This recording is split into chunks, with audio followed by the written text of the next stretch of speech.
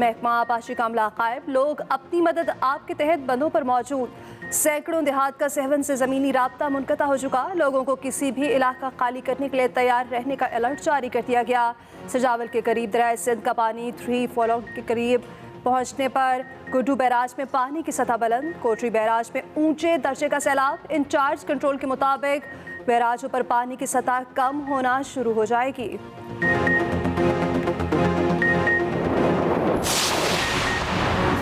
سندھ کے شہر مٹیاری میں اب بھی بارش کا پانی موجود، 11 روز بعد بھی سرکاری عمارتوں اور دیگر مقامات پر جمع پانی کو نکالا نہیں جا سکا۔ معمولات زندگی بری طرح متاثر، گندے پانی میں مچھروں کی بہتات، گندگی اور تعفن کے باعث علاقے میں وبائی امراض پھوٹنے لگے۔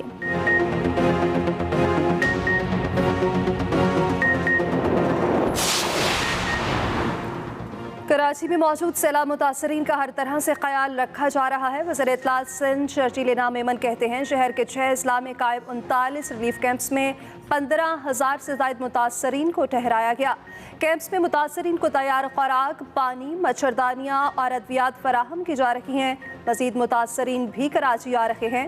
ایڈمنسٹریٹر کراچی مرتضی وہاب کا سچل گوٹ میں قائم ریلیف کیمپ کا دورہ، سیلاب متاثرین سے ملاقات، مسائل کے حل کی یقین دہانی۔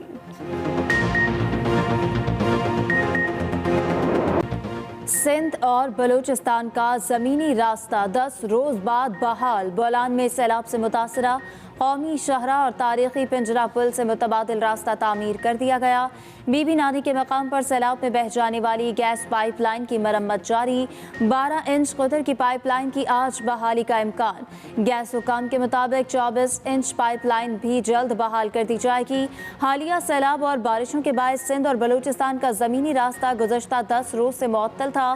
وزیر اعلیٰ کے مطابق زمینی روٹ کی بحالی سے معاشی سرگرمیاں بحال ہو جائیں گی۔ کروڑوں روپے مالیت کے سیب، انگور اور سبزیاں گل سڑ گئے۔ کلا عبداللہ میں گڈز ٹرانسپورٹ مالکان کا احتجاج، کہا راستے بند ہونے سے ٹرکوں میں رکھے فروٹ اور سبزیاں گل سڑ چکے۔ راستوں کو بند ہوئے 2 ہفتے گزر گئے۔ گڈز ٹرانسپورٹ کمپنی مالکان نے کوئٹہ چمن شاہراہ کو احتجاجاً بند کر دیا۔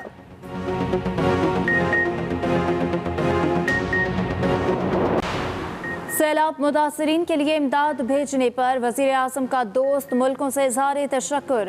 شہباز شریف نے قطر، سعودی عرب، متحدہ عرب امارات، چیک ریپبلک، ترکی، بیلجیم اور ازبکستان کی قیادت کا شکریہ ادا کیا۔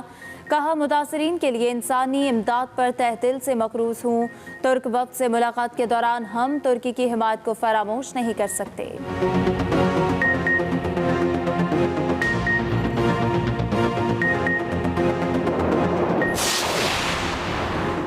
اضافی پانی کا اخراج، ہری پور میں کانپور ڈیم کے سپل ویز کو کھول دیا گیا۔ ڈیم انتظامیہ کے مطابق سپل ویز کو دن 12 بجے تک کھلا رکھا گیا۔ سپل ویز کھلنے سے نارا کانپور پل پر ٹریفک دونوں اطراف 12 بجے تک بند رہی، جبکہ شہریوں نے متبادل راستے کے طور پر موٹر وے کو استعمال کیا۔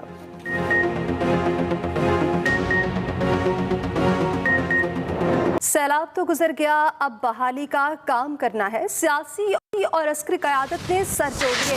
اسلام آباد میں فلڈ ریسپانس کوارڈینیشن کمیٹی کا پہلا اجلاس ہوا۔ وفاقی وزیر احسن اقبال نے کہا تباہی کا سائز ہمارے وسائل کے مقابلے میں بہت بڑا ہے، اس آفت کو تنہا مقابلہ نہیں کر سکتے۔ جی ہاں، تباہی کا سائز ہمارے وسائل کے مقابلے میں بہت بڑا ہے۔ احسن اقبال کی جانب سے بریفنگ دیتے ہوئے یہ بتایا گیا، کہا کہ فلڈ ریلیف میں سب کو اپنا حصہ۔ National flood response and coordination centre میں D G I S P R major general Babar Iftikhar اور chairman N D M A lieutenant general Akhtar Nawaz نے میڈیا سے بات چیت میں ریلیف اینڈ ریسکیو آپریشن کے بارے میں بتایا۔ سیلاب سے متاثرہ علاقوں میں پاکستان آرمی کے تمام فارمیشنز جہاں جہاں وہ اپنے اے آر میں موجود ہیں وہ ڈپلائیڈ ہیں، اور تمام سینئر کمانڈرز اپنے علاقوں میں سیلاب سے متاثرین کی امدادی کارروائیوں میں مصروف عمل ہے۔ آرمی نے سیلاب متاثرین کے لیے 3 دن کا راشن جو کہ تقریباً 1685 ٹن، جبکہ 25,000 میلز ریڈی ٹو ایٹ اور کثیر تعداد میں 8 مین اور 4 مین ٹینٹ بھی سیلاب سے متاثرہ خاندانوں میں تقسیم کیے۔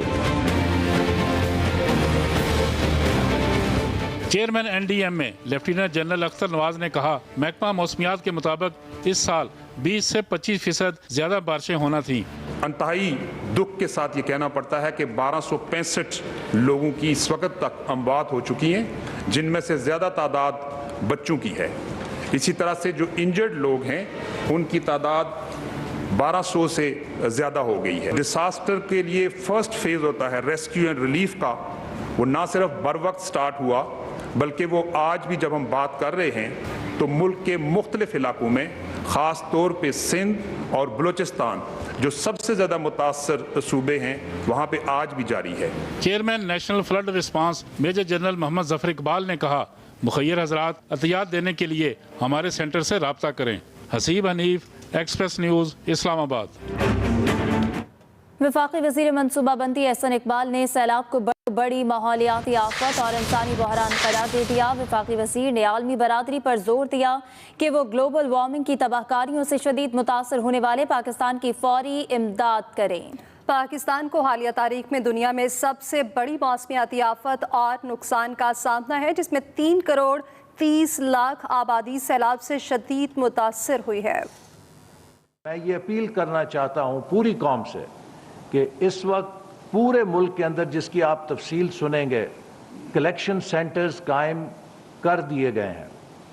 ہر پاکستانی جو ڈونیٹ کرنا چاہتا ہے مسلح افواج کے مراکز میں جہاں یہ کلیکشن سینٹرز قائم کیے گئے ہیں جا کے ڈونیٹ کرے، اور جو تنظیمیں خود جا کے ڈسٹریبیوٹ کرنا چاہتی ہیں وہ ان کلیکشن سینٹرز کے ذریعے یا رسپانس سینٹر کے ذریعے مدد لے سکتے ہیں کہ ان کو لاجسٹکس میں مدد دی جائے گی اور ان کی رہنمائی کی جائے گی کہ کن علاقوں میں زیادہ ضرورت ہے تاکہ یہ effort, relief effort equally disperse ہو۔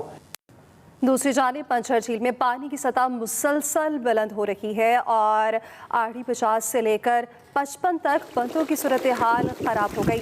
سینکڑوں دیہات کا صحبن سے زمینی رابطہ بھی کٹ چکا ہے۔ منچر جھیل میں 8 گھنٹوں کے دوران 3 انچ اضافہ ہونے کے بعد پانی کی سطح 122.5 تک پہنچ گئی ہے۔ ڈپٹی کمشنر جامشورو نے شہریوں کو کسی بھی وقت علاقہ خالی کرنے کے لیے الرٹ جاری کر دیا۔ پانی کی سطح میں اضافے کے بعد جھنگارا اور باجارہ میں سمیت سینکڑوں دیہات کا زمینی رابطہ منقطع ہو گیا۔ ایسے وقت میں محکمہ آبپاشی کا عملہ غائب ہے اور لوگ اپنی مدد آپ کے تحت بندوں پر امدادی کاموں میں حصہ لینے کے لیے پہنچ گئے، لیکن پشتوں کو مضبوط بنانے کا سامان نہ ہونے کی وجہ سے پریشان ہیں۔